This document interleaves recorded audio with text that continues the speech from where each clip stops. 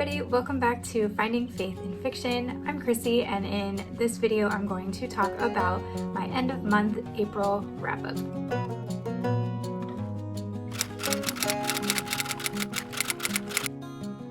Well, I ended up reading 7 books during the month of April, which isn't too bad. I'm pretty happy with that number, and I had some really great books this month, and some that were okay, and some that were funny, and a little bit of everything, honestly. So 7 books read. 1 was general fiction, 1 was biblical fiction, 1 contemporary romance, 3 rom-com, and 1 historical. So lots of romance going on there that month. My top 3 reads ended up being Counted with the Stars, which I reviewed in my mid-month wrap-up video, Tea with Elephants, which I also reviewed in my mid-month April video, and then Flaw and Scorn, which I'll talk about in this video. So stick around and I will talk about the 3 books that I read at the end of April. All right, so after I posted my mid-month April video, I read 3 more books, so not a lot. Most of them were towards the beginning of the month. So the books that I read in the second half were Not What We Pictured by Becca Kinzer, Vivienne's Regency Romp by Anna Waters, and Of Flaw and Scorn by Vera. So I'm going to start with Not What We Pictured because that was the first out of these 3 that I read. I had read one other Becca Kinzer book, and I believe it was Love in Tandem, which has a really fun purple cover and a tandem bike on it. It's really cute. And I really enjoyed that story. I don't think I enjoyed this one as much as Love in Tandem, if I'm being honest, but it was still a really cute rom-com. So let me tell you what I liked about it. It had a middle Tennessee setting at parts of the book. It started out in another state. I want to say an I state, Iowa, Idaho, something like that. I don't know. I can't remember. And so I liked that it took place partly in Tennessee. That was fun. There was a bench/bridge scene that was pretty interesting right off the beginning of the book. That just kind of sticks with you. There is a ridiculous local airport that just, I mean, when I say ridiculous, everything about the situations that happen at this airport are just crazy and ridiculous. So chickens, there were chickens in the story. I love chickens, so that was fun. I did like the main characters, Nate and McKenna, as a couple, and some things that I did not like were the committee meetings, and I'll explain more about that, and the pickle salad. Ugh. Yeah, no. Anything pickles, no. So I know I kind of read the description about this in my April Hopefuls video, but basically it's about this girl McKenna, and she's a photographer. She is kind of just stuck in a rut with her photography because she lost her adopted mom young and ends up taking care of her sister. So it's like her adopted younger sister. And so she kind of just like gets a job at 18 and like starts just living life like that. And so kind of her life is working to support her younger sister. And she, at the beginning of the book, is trying to help her sister's boyfriend propose to her. And they've had all of these almost proposals and they keep going wrong. One of the main themes in the story is like Murphy's Law. Like Murphy's Law, everything. Anything that can go wrong goes wrong in this story. And so the boyfriend ends up being like, maybe I shouldn't propose because like it's like a bad omen. And he finally is like, McKenna, I don't want you to be there at the proposal anymore because like you've been there every time, and every time something crazy happens, like something goes terribly wrong. So maybe you shouldn't be there. So she goes to set up a proposal at this park, and it had like the place where he wanted to propose to Bobby, who is the sister, is like a special place for them in their relationship. And so McKenna goes to like set up something pretty, and then she's supposed to like leave and get out of the way. And she has the engagement ring and she's supposed to leave it there in that spot for him to grab it so he doesn't lose it on the way there. So she goes to the spot and there's this guy in the way, and there's like a whole funny scene with that, and his name is Nate, and she kind of like attacks him. Like, not exactly, she like falls on him, and there's something about like kissing his armpit or something, and he like gives her crap for that the whole rest of the book. It was like, this book is so quirky and weird. Like, these characters are so weird. I did enjoy their weirdness because I'm also quite quirky, so I felt like I could relate to them. So, but there's some weird stuff.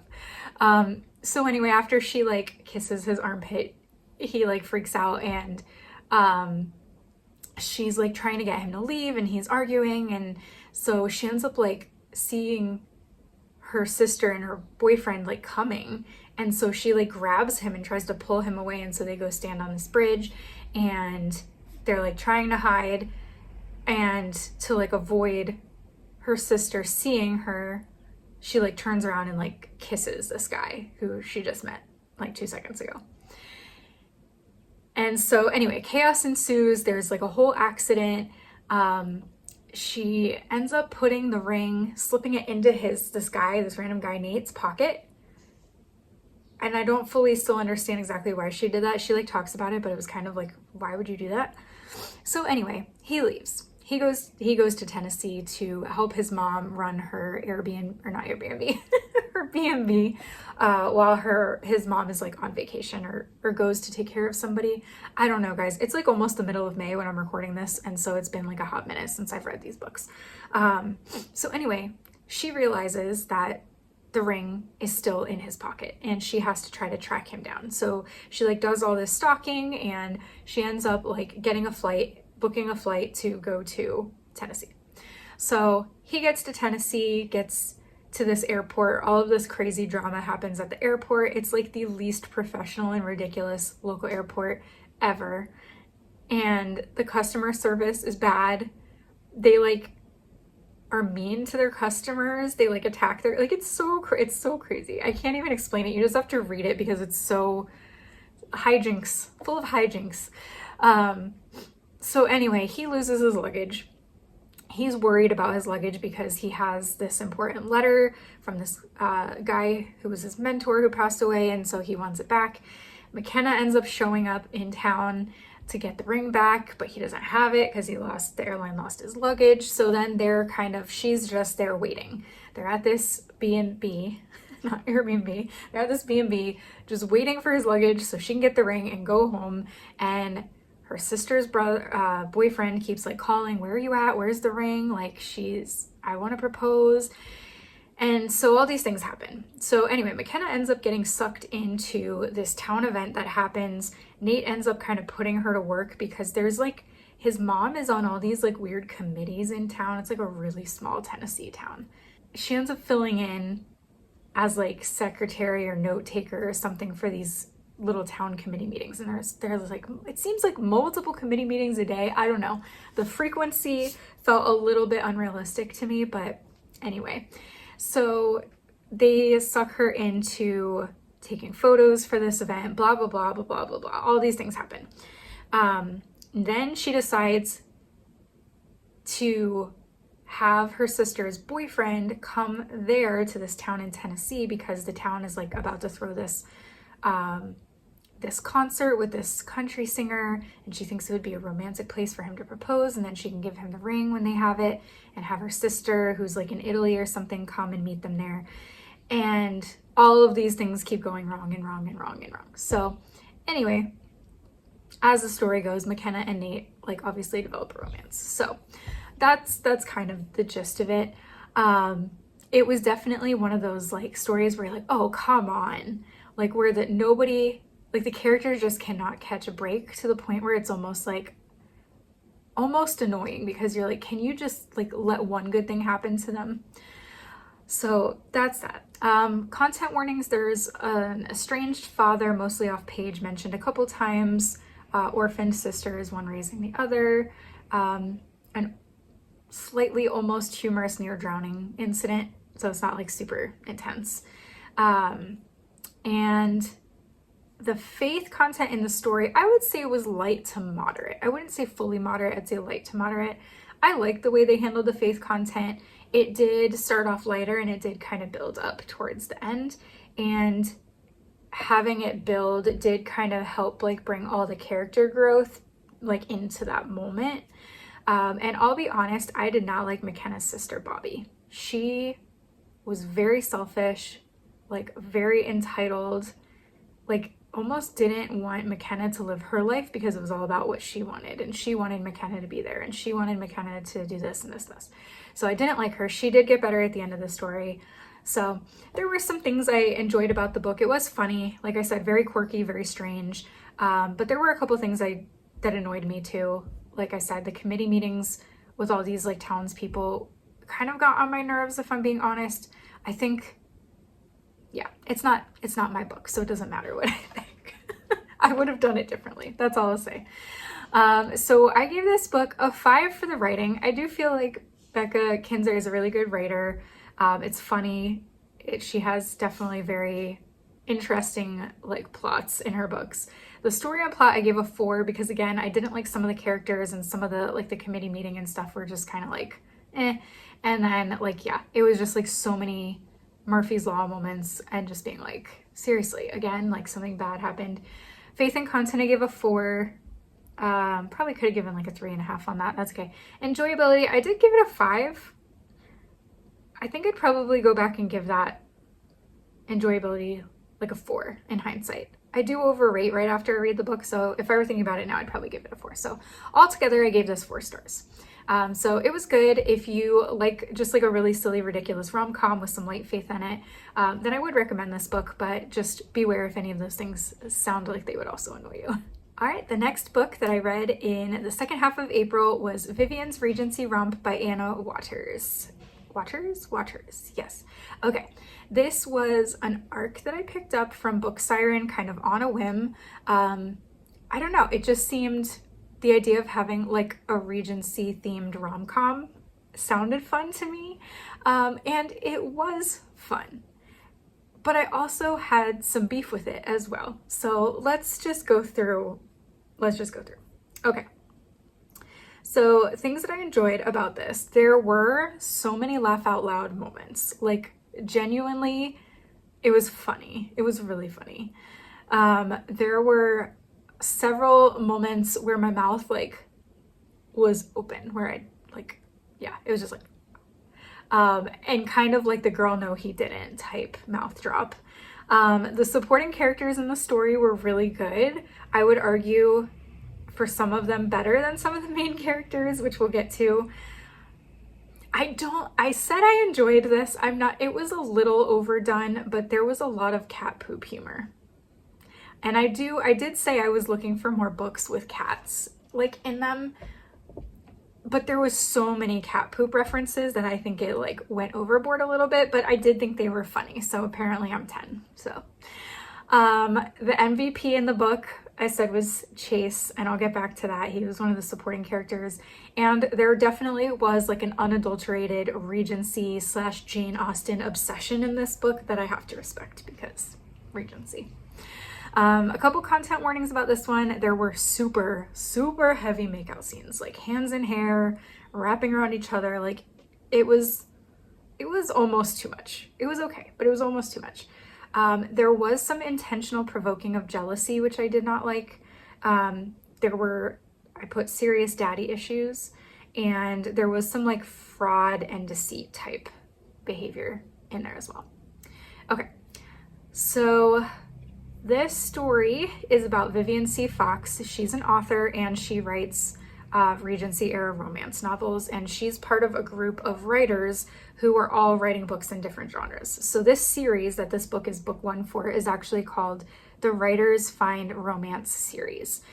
So the first one features Vivienne, and I think the second one is going to feature Vivienne's friend, who is also a writer, an author in this group. So anyway, Vivienne is friends with this girl in her writing group, and she ends up meeting this girl's brother at an event that her friend invited her to. I think it was a Christmas party, and she is kind of obsessed with him. His name's Blake, It's definitely like an opposites attract, grumpy sunshine, billionaire romance, best friend's brother, like all of those in this romance.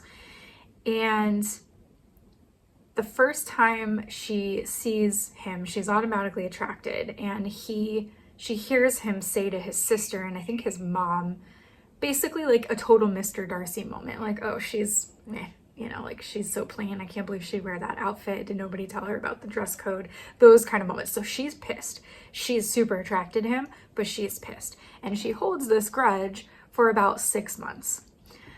There was also a moment where at this, it was a gala, it was a Christmas gala, she ends up like going to this other room, she like runs out of the house and goes to this other room, and lo and behold, this guy, Blake, the friend's brother, is also in the room, and they find themselves kind of sparring verbally. There's like a lot of like angry banter, like tension banter, and they look up and there's mistletoe over them.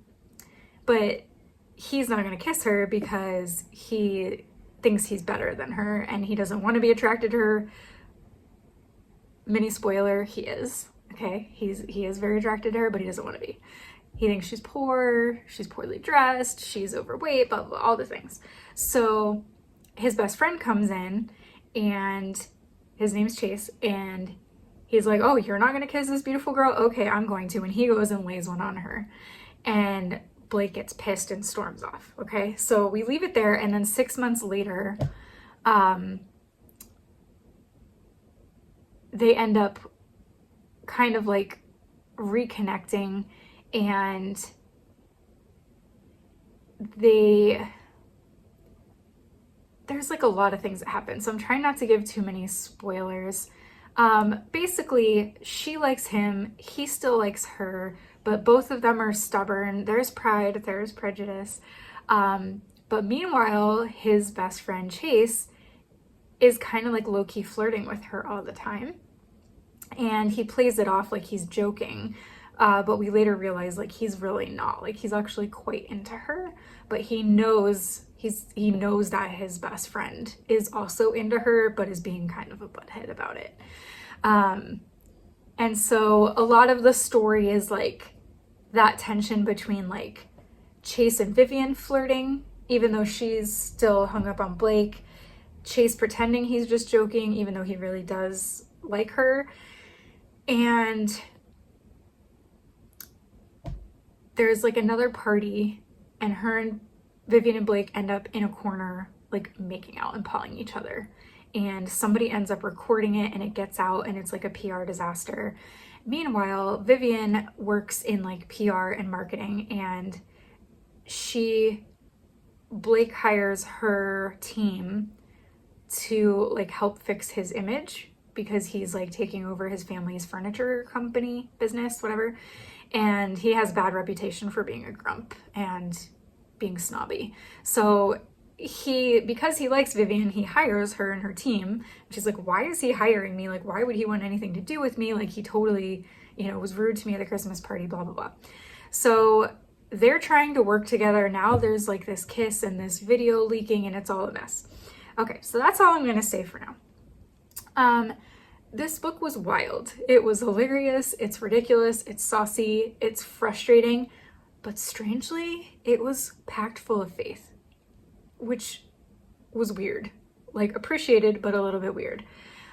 There were a couple moments that started to push a boundary for me from like a Christian perspective, but then the author like pulled it back in and turned it into like a conviction, growth, faith moment. And so even though it got a little bit like far, she always reined it in, and then there was a purpose to it. She wasn't just like having those moments for nothing. Like, she always brought it back to a learning moment. There was always conviction, repentance, or forgiveness for the character. And that's what I like. If you're gonna have a romance that pushes some boundaries in a Christian fiction, I like there to be that balance, that like, and then pull it back, and then like have the characters learn from it. My teacher brain just came out for a second. So yeah, every single time something happened that was like not very good spiritually, that happened. So I liked that the characters were hot messes, because we all are, right? Like it was very real life in that way.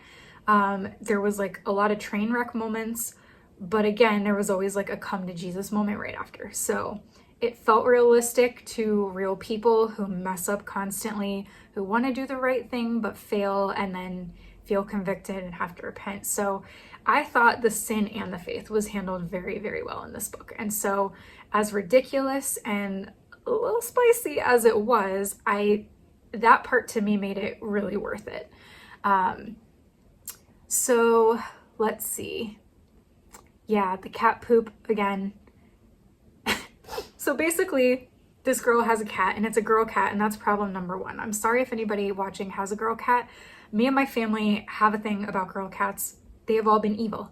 So we don't get girl cats, we only get boy cats, because all the girl cats we've ever owned collectively have been evil, nasty, standoffish cats. But the boys have all been wonderful, have great personalities, funny, nice, sweet, blah, blah, blah. But yeah, this cat, like, is spiteful, and anytime the cat gets mad at Vivienne, it goes in her bathroom, because she only has one bathroom, and it uses the litter box and leaves a really foul, spite gift for her.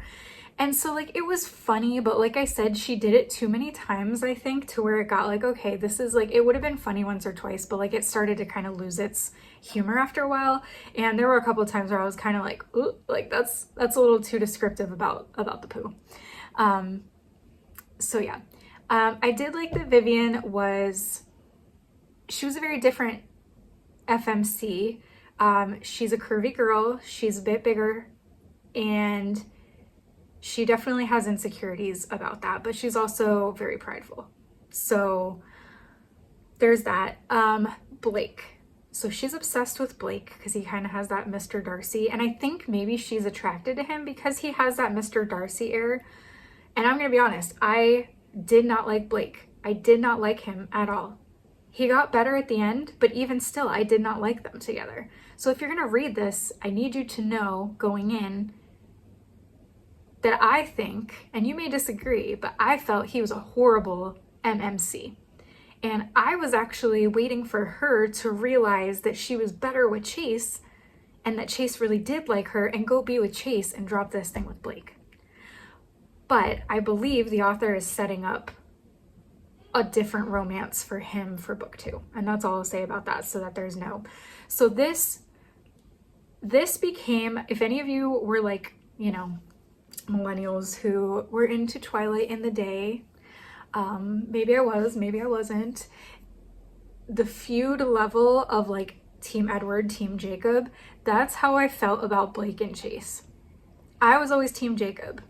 And so I felt like Chase in this book was Jacob for me. Like I was like, come on Chase, go be with Chase, he's the better guy.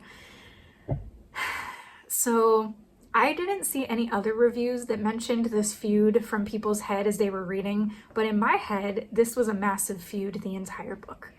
And the fact that Vivienne ends up with Blake, and sorry if that's a spoiler, but I mean, it's a romance and he's the male main character, so really not a spoiler.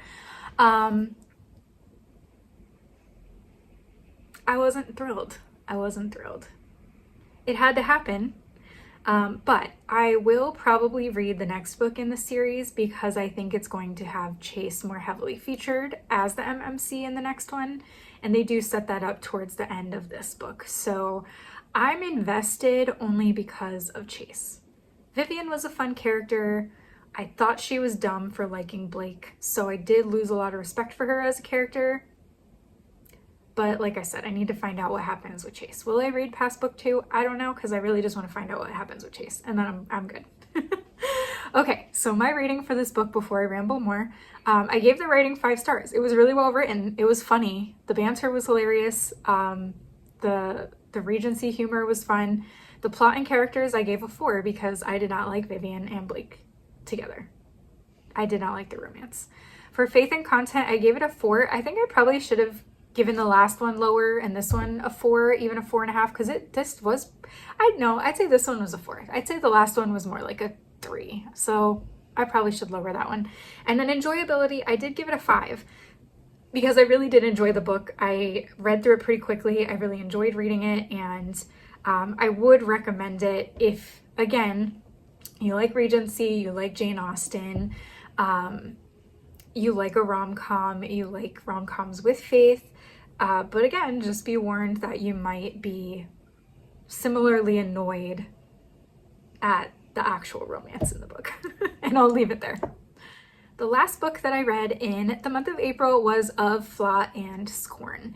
This was a book that was a highly anticipated book for me for the month, and I had actually just found out about it at the end of March, I think. It was also an ARC book that was on Bookstagram, and I have never read a Viking book, and I thought it would be fun because I love historical fiction to give it a try. And what was really interesting is on Goodreads, it says, where did it go? For fans of Francine Rivers' realistic Christian fiction comes a slow burn Viking historical romance of enemies to lovers and second chances. And I think I mentioned this in my April Hopeful videos when I read the description for this book, but claiming that your book is similar to a Francine Rivers book, especially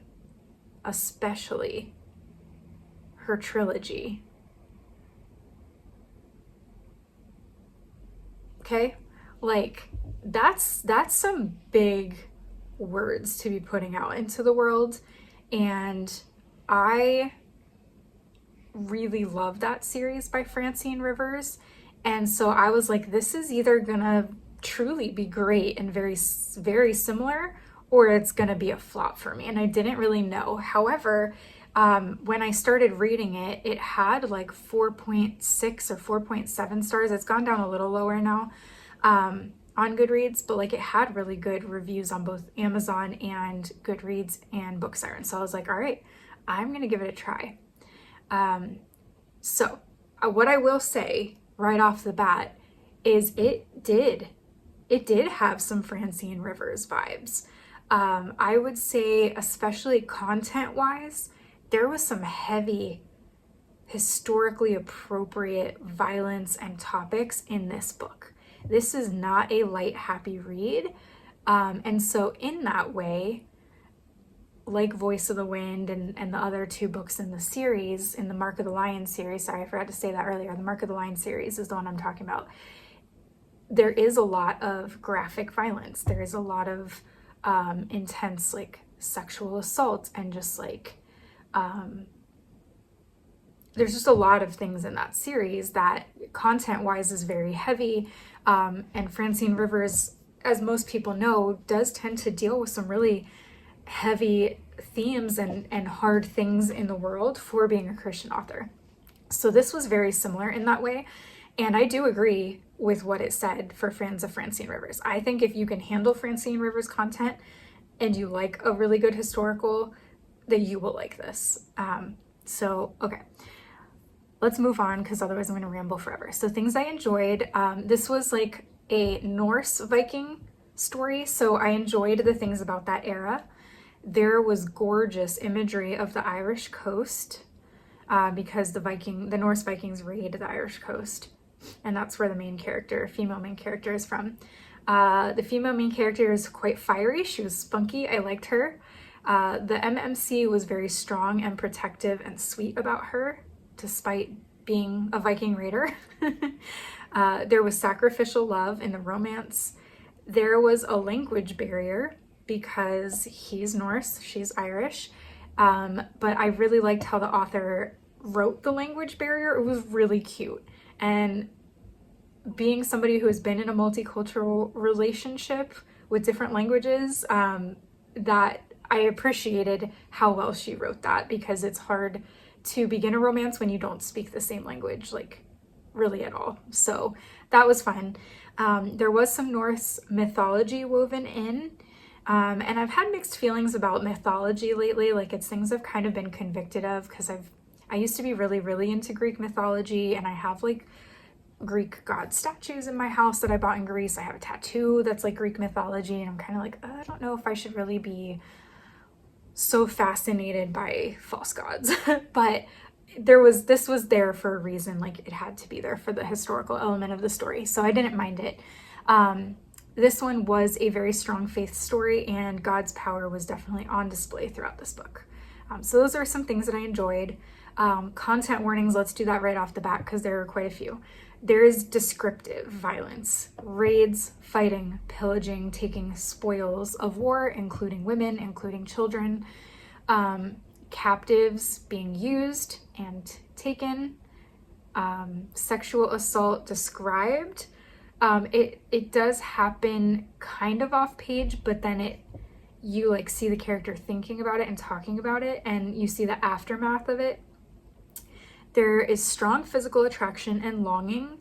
There was very descriptive longing, and there was it wasn't nudity, but at one point the character has a very, very thin tunic on that can kind of be seen through. Like, it was kind of just like a very sheer, thinly veiled. So the main male character sees her in this and is like very much longing for her.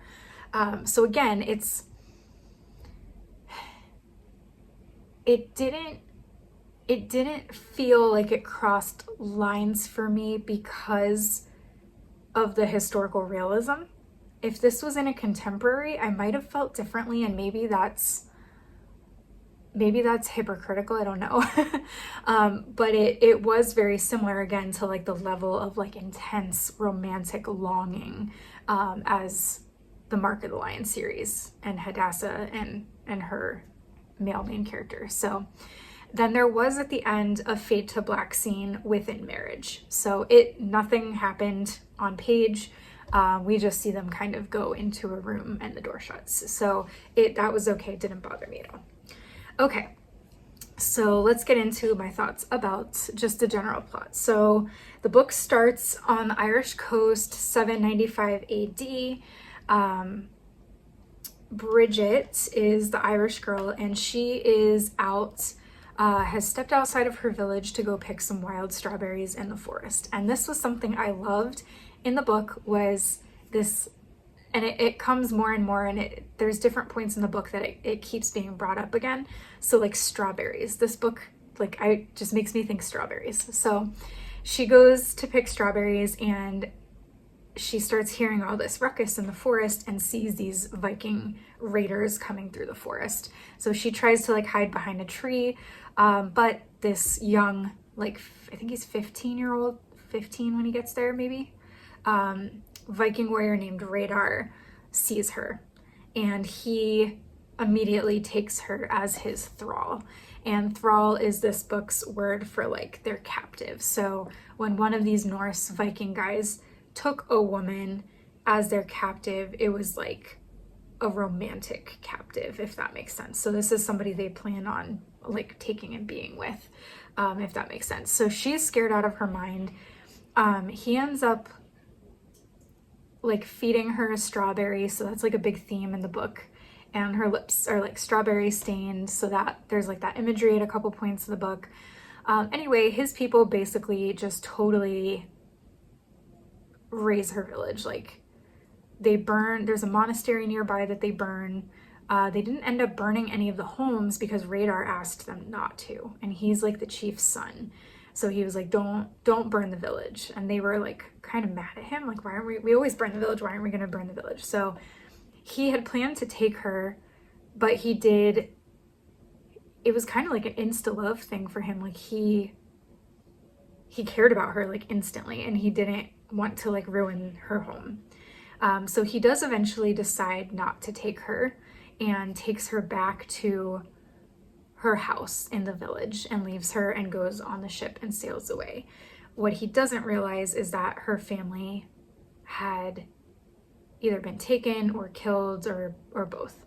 And so now she's all alone. There's no one left in the village except this old man. And she's like, honestly, I wish he would have taken me, because now what do I have? I have nothing. So we fast forward 7 years later, and Bridget is now in another part of Ireland. I think she lived on an island before, so I don't know if she's on the mainland now or a different island, but it's a bigger place. And she ended up marrying this wealthy, much older man who she is completely repulsed by, but kind of didn't have a choice. He was like the head of the town or the village, and she didn't really have a choice but to marry him once he like decided he wanted her.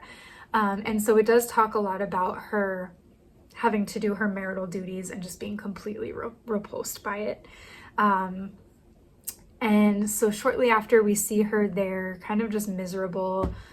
We see that she's been thinking about this Viking boy for 7 years and still wishing he would have either killed her or taken her with him. And she does kind of have like this weird crush on him, which I can't imagine somebody who came and raided my home and like their people killed my people. He did show her mercy, but like kind of having a romantic feeling towards that person is a little hard to wrap my head around, but the way he's described in the book, he sounds very attractive, so I don't know. But she kind of like, I don't want to say she fantasizes about him, but she kind of does. And I don't mean it in like a creepy way, but she does like think about him and imagine what it would have been like to go with him.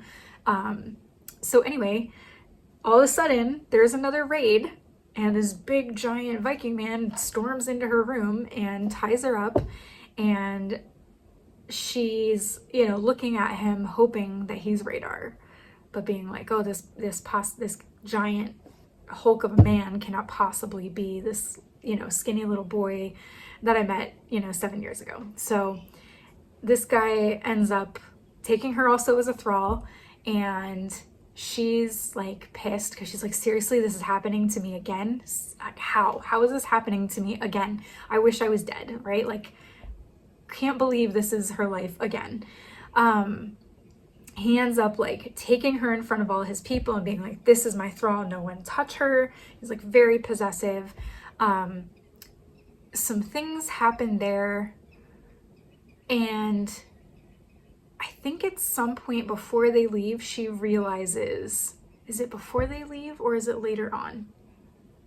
I can't remember, but she realizes that it's Radar at some point. And I think it talks about how like she kind of subconsciously knew it was him, but yet she didn't, like she wanted it to be him, but she also didn't want it to be him.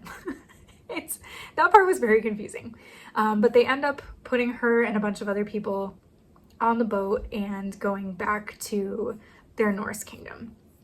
And then the rest of the story kind of takes place there, and their romance ends up building. He brings her back. His uncle had killed his father and taken over as like the chief or whatever they call the main Viking, and Radar is supposed to be like the main chief, but his uncle is like a bad guy. So the uncle finds out he brought someone back, a thrall, and as the leader, he has rights to her. And so he wants Radar to bring her to him because he hears that she's like really beautiful, and Radar's like freaking out, and he keeps stalling. Oh, she's sick, because she got really sick on the boat ride, and like is almost dead. And so he keeps like putting it off and putting it off and putting it off. So then there's this other girl who, a Norse girl who is in love with Radar and who has like been with him. But for him, it was just kind of like a fling, an on and off fling. And he probably would have married her at some point, but in the back of his mind, again, he's still really dreaming and thinking about Bridget from 7 years ago. So he never really could commit to her because in his mind, it was like Bridget or no one, even though he didn't really know her. So then there's a big like kind of climax moment of like something bad happening, which I won't get into, but basically Bridget is put in danger, and Radar has to like go looking for her and try to save her, but thinks she's like gone and dead. So she ends up escaping by like literally a miracle of God, like God's intervention, and they end up being together. And I won't give more details of like how and all of how that goes on, but I liked them together. I think their romance was cute. Again, the whole like Radar captive romance was a little hard to swallow, but it was almost like a fated mate thing.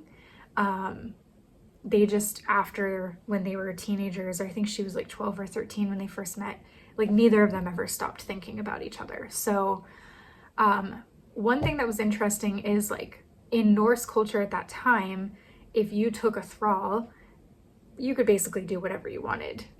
You were supposed to treat them like, not like abuse them. That was like one of their like civilization rules, but a lot of them did. But Radar never touches her, like never lays hands on her except to like tie her wrists or whatever. And he treats her so gently because he loves her and wants her so bad.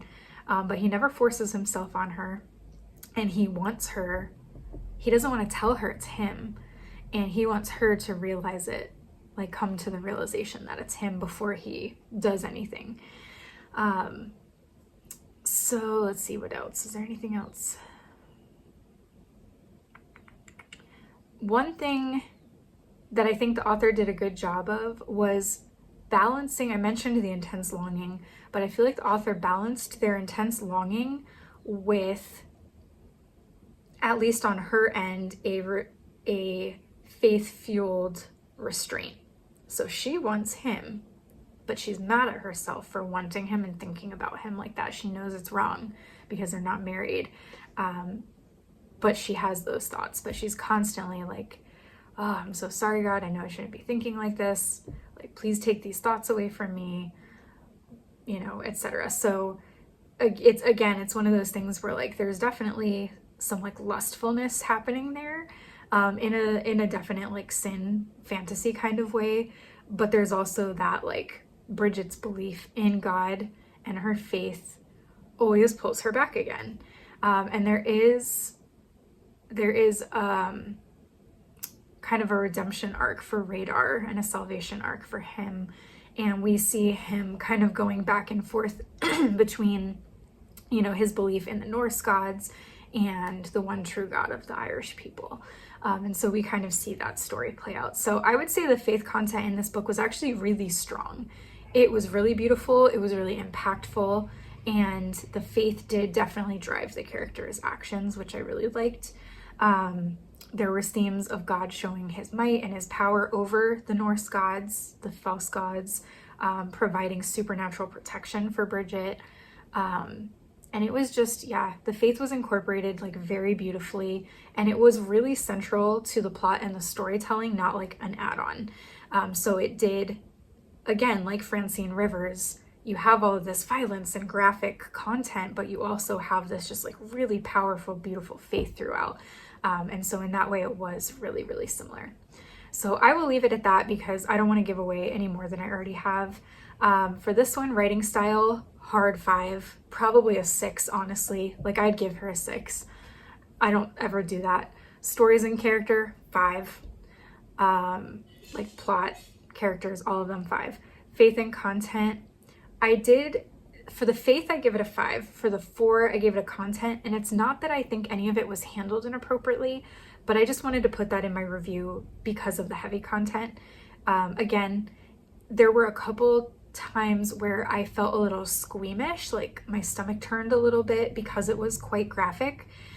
So I do want to put that out there, but it never got too much for me. And again, I am very sensitive to stuff, but I was okay with it, besides my stomach kind of turning for a minute, and then I was okay. So again, I lowered it to a 4 just because the content is so graphic and so heavy, as more of a warning for other people, not so much like my inability to be okay with it. And then enjoyability, again, probably, I put a 5, but probably a 6. Like, this is definitely, I think that rounded out to a 4.8 because I dropped the faith and content to a 4, but this was a 5-star for me, possibly a 6-star. So again, this is like up there in my like list of favorite books of the year. This was definitely, I can't decide if this one or Tea with Elephants was my favorite for April, because they were both 5 stars, but in such different ways. I think I liked this better though. I loved Tea with Elephants because it was so nostalgic for me, but in terms of the story and the writing, I think this was my favorite. So if you are okay with the content and the graphicness of this, then I definitely recommend this book. It was so good. It was so beautiful. And I definitely had like the blues after finishing this that it was finished. And this is book 1 of a series called Gracefire. I do not know when book 2 is coming out. I could probably look it up, but I forgot. That will definitely be like an auto buy book for me because I definitely want to continue the series. I think it'll probably be the story of one of the Viking girls next. That's my guess, but I could be wrong. So yeah, definitely if you like a good historical and you're okay with content, you have to go read this book because it genuinely was so amazing. Well, that was it for my April end of month wrap up. I'm sorry it took me so long to get this out. The end of April, early May is always a really crazy season for me. We had Sienna's birthday party. Work is crazy. It's like major recruitment season. Enrollment season, it's graduation season. We're trying to wrap up all the seniors and their work and get them ready to graduate. So it's been, the past few weeks have been a lot, but I'm glad I finally had a chance today to sit down and film this video, and I hope you enjoyed it. I hope that one of the books in this video that I recommended will be a good fit for you, that you will enjoy. And as always, thank you so much for watching and supporting my channel, and I will see you in the next video. Bye.